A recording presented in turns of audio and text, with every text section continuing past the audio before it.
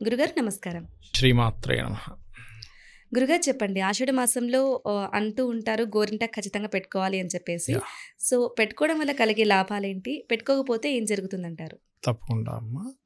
మనకి వైద్య రంగంలో ఒక లెక్క ఉంది. మీరు సుజోక్ థెరపీ అని చెప్పి మీరు చూసే ఉంటారు. అప్పుడు సుజోక్ థెరపీ అని కానివ్వండి. ఈ ఈ మామూలుగా మీరు ఏదైనా హాస్పిటల్‌కి వెళ్ళినప్పుడు మన యొక్క గుండె యొక్క వేగం ఎలా ఉంది ఏంటనే దానికి కూడా ఇక్కడ ఒక ఇది పెడతారు చూడండి వేలుకి. అవును. గుండె ఇక్కడ ఉంటే వేలుకి ఎందుకు పెడుతున్నారంటే అంటే సంబంధం ఉంటుంది. ఓకే. అలాగే సుజోక్ థెరపీ అని ఇది తల, ఇది పొట్ట భాగము, ఇది కాళ్ళు, ఈ చేతులుగా తీసుకుంటారు. అలాగే. అందులో మీరు గమనించినట్లయితే ఎవరికైనా బాగా జ్వరం వచ్చిందనుకోండి, బాగా అలాగే. జ్వరం వచ్చి తలకి గనక హీట్ ఎక్కుతుంది, బ్రెయిన్కి ఇబ్బంది వస్తుంది అన్నప్పుడు ఇక్కడ బ్లూ ఆర్ బ్లాక్ కలర్స్ ఇక్కడ రాస్తారు. మనకి ఆషాఢ మాసంలో పూజాది కార్యక్రమాలు కానీ వ్రతాలు కానీ చేసుకునేటప్పుడు ప్రత్యేకంగా స్త్రీమూర్తి చేతికి గోరింటాకు పెట్టుకుంటుంది. ఎందుకు అంటే మనకి ఏ డాక్టర్ గారు నేను అడగండి, వర్షాకాలమే వాళ్ళకి ఎక్కువ రోగాలు వస్తాయి, అలాగే. రోగులు ఎక్కువగా వస్తూ అవును. ఉంటారు. పేషెంట్స్ ఎక్కువ ఎప్పుడు ఉంటారండి అంటారు, వర్షాకాలం. వర్షాకాలం అండి, ఎందుకంటే అవును. అంటు రోగాలు అవన్నీ ఆ టైంలో వస్తాయంటారు. ఈ కోల్డ్ రిలేటెడ్ సంబంధించినటువంటివి, వాటర్ రిలేటెడ్ సంబంధించిందంతా కూడా ఎనర్జీని అంతా కూడా కంట్రోల్ చేసేది fiery energy. Fiery energy symbol ఏమిటంటే రెడ్ కలర్.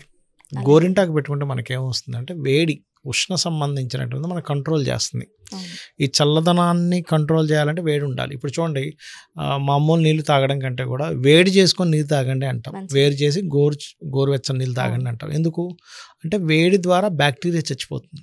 అలాగే మనకి ఎప్పుడైతే ఇక్కడ ఇలా పెట్టుకుంటామో, ఈ మధ్యలో కూడా పెట్టుకుంటారో, ఇదేమవుతుందంటే ముఖ్యంగా ఉదయమే నిద్రలేచి స్నానం చేయడము, నీళ్ళతో ఎక్కువగా ఉండేటువంటి కొన్ని ఉంటాయి వర్షాకాలంలో. అటువంటివేవి కూడా వీరికి సోకకూడదనే ఒక నిగూఢమైనటువంటి విషయం గోరింటాకు పెట్టుకోవడం అనేటువంటి అదొకటి ఎత్తు. అయితే ఈ యొక్క మన ఆషాఢ మాసంలో, ప్రధానంగా జ్యేష్ఠం తర్వాత వచ్చే ఆషాఢ మాసంలో ఇక్కడ అమ్మవారిని ఆరాధన చేసేటప్పుడు కానివ్వండి, ముఖ్యంగా శాస్త్రం ఏం చెప్తుందంటే నువ్వు ఈశ్వరుని ఆరాధన చేయాలి, నువ్వు ఈశ్వరుడిగా ముందుగా మారాలి.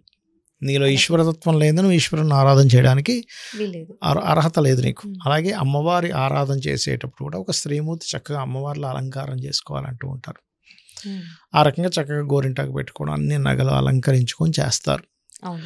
అందులో ముఖ్యంగా అమ్మవారి యొక్క ఆరాధనలో అష్టమి, నవమి, చతుర్దశి, పౌర్ణమి, అమావాస్య తిథులు, ముఖ్యంగా దేవీ భాగవతంలో అయితే అష్టమి, నవమి, చతుర్దశి తిథులు మరింత విశేషమని అమ్మవారి చెప్పింది.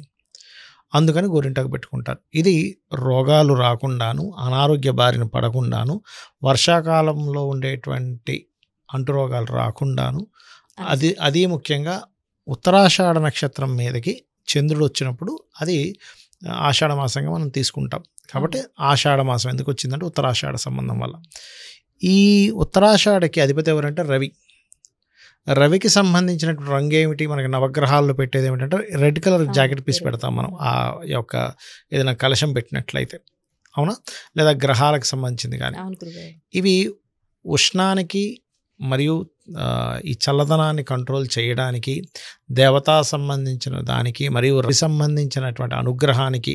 రవి ఆరోగ్య ప్రదాత కాబట్టి వీటన్నిటికీ కాంబినేషన్లో మన వాళ్ళు చెప్పారు, అయ్యా ఆషాఢ మాసంలో వేరే రోజు పెట్టుకోకూడదని కదా, ఖచ్చితంగా పెట్టుకోవాలి.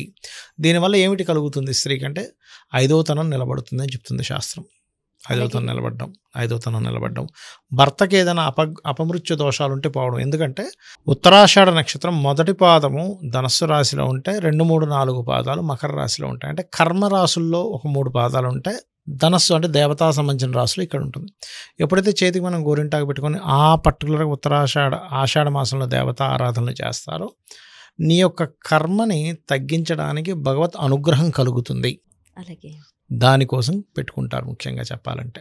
అది పెట్టుకోకపోతే ఏం జరుగుతుందంటారు గురుగారు? పెట్టుకోకపోతే ఒకటమ్మా, ఇప్పుడు చిన్న ఎగ్జాంపుల్ అమ్మా, ఏదైనా సరే పలానా చేయాలి, చేయకపోతే ఏమవుతుందంటే ఇప్పుడు ఆకలి వేస్తుంది, తినకపోతే ఏమవుతుంది, ఆకలితో మారుతుంది.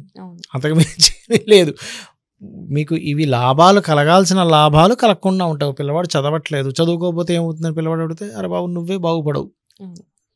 రావాల్సిన లాభం ఎప్పుడైతే పోయిందో నష్టం వచ్చినట్టే కదా అక్కడ. అదేదో గోరింటాకు పెట్టుకోనందుకు భగవంతుడే మన మీద ఆగ్రహం తెచ్చుకోడు. అర్థమైందమ్మా? ఇప్పుడు పిల్లవాడు చదవటం లేదు, టీచర్ 2 సార్లు చెప్తాడు, 3 సార్లు చెప్తాడు, తండ్రి 2, 3 సార్లు చెప్తాడు, ఇంక వదిలేస్తాడు. సరే వాడి జీవితం వాడి ఇష్టంలే అని. చదువుకోపోయేసరికి ఎప్పుడు తెలుస్తుంది? వాళ్ళ పిల్లవాడు చదవనప్పుడు అర్థమవుతుంది. అవును. అర్రరే నువ్వు చదువుకోరా ఒకసారి, మేము చదువుకోలేదు మేము ఎలాగో. చదువుకోలేదు, ఎలాగో మేము చదువుకోలేదు, నువ్వు చదువుకో, నీకు అర్థం కావట్లేదు. వాడికి అర్థం కాకపోతే బాగుంటుంది, అర్థమైతే బాగుంటుంది, అర్థం కాకపోతే వాడి కర్మ. అవును. ఇదే విధంలో మనం చూడండి, చాలాసార్లు చెప్తుంటా. ఇప్పుడు చాలామంది చూడండి, ఈ ఆత్మలు అంటే మనకి పితృదేవతలకి తర్పణాలు కానివ్వండి, పితృదేవతలకి చేస్తూ ఉంటారు. అవును, చేస్తుంటారు. చేసేటప్పుడు అందరూ కొంతమంది ఏమంటారు, ఇవి అసలు ఇవేమి లేవు, ఇదంతా ట్రాష్, మనిషి అవును, చనిపోవడంతో అంటుంటారు. అయిపోతుంది, మళ్ళీ పితృదేవతలు వాళ్ళకి చేయడం, శార్థాలు పెట్టడం, అబ్దికాలు పెట్టడం, ఇవన్నీ ట్రాష్ అంటాం అవును గురుగారు. అనుకుని ఉంటారు కొంతమంది. అవును. కానీ వీడు చనిపోయిన తర్వాత ఒక ఆత్మగా మారి తిరుగుతున్నప్పుడు, ఒక ప్రేతంగా తిరుగుతున్నప్పుడు అర్థమవుద్ది. అప్పుడు ఎలాగైతే పిల్లవాడిని చదువురా చదువురా అని చెప్తుంటే వాడు అర్థం కావట్లేదు, నాకు అర్థం కాలేదురా ఒకప్పుడు, ఇప్పుడు నీకేనా అర్థం కావాలని చెప్పినట్టుగా అప్పుడు ప్రేతానికి అర్థమవుతూ ఉంటుంది. అలాగే. అలాగే మన పూర్వీకులు, మన మహర్షులు అందరూ చెప్పారు, అయ్యా మీరు ఆషాఢ మాసంలో స్త్రీలు చక్కగా గోరింటాకు పెట్టుకోండి, అది 5వ తనాన్ని ఇస్తుంది, మీకు అనారోగ్య సమస్యలు ఉండవు తద్వారా అనేటువంటి చెప్పారు. అది మనం పాటించాలి. ఇంక మనం ఏమవుతుంది చూద్దాం అనుకుంటే అది మీ ఇష్టం. అది అలాగే గురుగారు, అలాగే Yeah. ఆషాఢ మాసంలో గోరింటాకు ఎంత ఇంపార్టెంటో, అంటే ఫలానా దేవతని పూజిస్తే మంచిది అని చెప్పేసి ఉందా గురుగారు? ఒకటేనమ్మా, ఏ దేవతని ఈ దేవతని ఆరాధించాలి, పలానా దేవతని ఆరాధించకూడదని ఉండదు. దేవత అంటేనే ఆరాధన యోగ్యమైనటువంటిది దేవతలు అనేటువంటిది. ఎందుకు దేవతలను ఆరాధించాలంటే వాళ్ళే మనకు అన్ని సమకూరుస్తున్నారు. మనం అనుకుంటున్నాం మనం ఏదో బ్రతికేస్తున్నాం, మనం 4 డబ్బులు సంపాదిస్తున్నాం, 4 బిల్డింగ్లు కట్టేసాం, 4 కార్లు కొనేసుకున్నాం అని కాదు. మీరు అర్థం చేసుకోండి, మనకి శాస్త్రంలో షట్చక్రాలు ఉంటాయి, ఒక్కొక్క చక్రంలో ఒక్కొక్క దేవత ఉంటుంది. గురుగారు. మనం వింటూ ఉంటాం డాకిని, షాకిని, ఈ పేర్లతో కూడా ఉంటుంది, తెలుసా అమ్మా? ఈ చక్రాల్లో ఉండేటువంటి దేవతలు పనిచేయడం వల్ల మన ఈ యొక్క శరీరం నిలబడుతుంది. ఇది మనకి యోగశాస్త్రం, ఈ షట్చక్ర సంబంధించిన వాటిలో ఉంటాయి ఇవన్నీ కూడా. ఇక్కడ ఏమిటి, నిజంగానే కనుక మనం అంత శక్తివంతులమైతే ఒక్కసారి కనుక ఏదైనా క్లాట్ ఏర్పడితే చూడండి ఎలా ఉంటుంది మనిషి పరిస్థితి, అల్లాడిపోతుంటాడు. అవును. అవును గురుగారు. అవునా కదా? అవును. అనారోగ్యం వచ్చింది అంటే ఎంతటి వాడైనా సరే, అమ్మ బాబోయ్ నా భయపడతారు. జీవితం ఏమవుతుంది భయం. మరి అలాంటప్పుడు దేవతని ఆరాధిస్తూ ఉంటే నీకు ఊపిరి పీల్చుకోవడానికి కానివ్వండి, నీ గుండె నడవడానికి కానివ్వండి, నీ కిడ్నీలు పనిచేయడానికి కానివ్వండి, దేవత పనిచేస్తుంది లోపల నుంచి. మరి ఎందుకంటే ఒక్కోసారి ఆగిపోతున్నాయి అవి అంటే వాడి కర్మ అక్కడ వరకే ఉంది.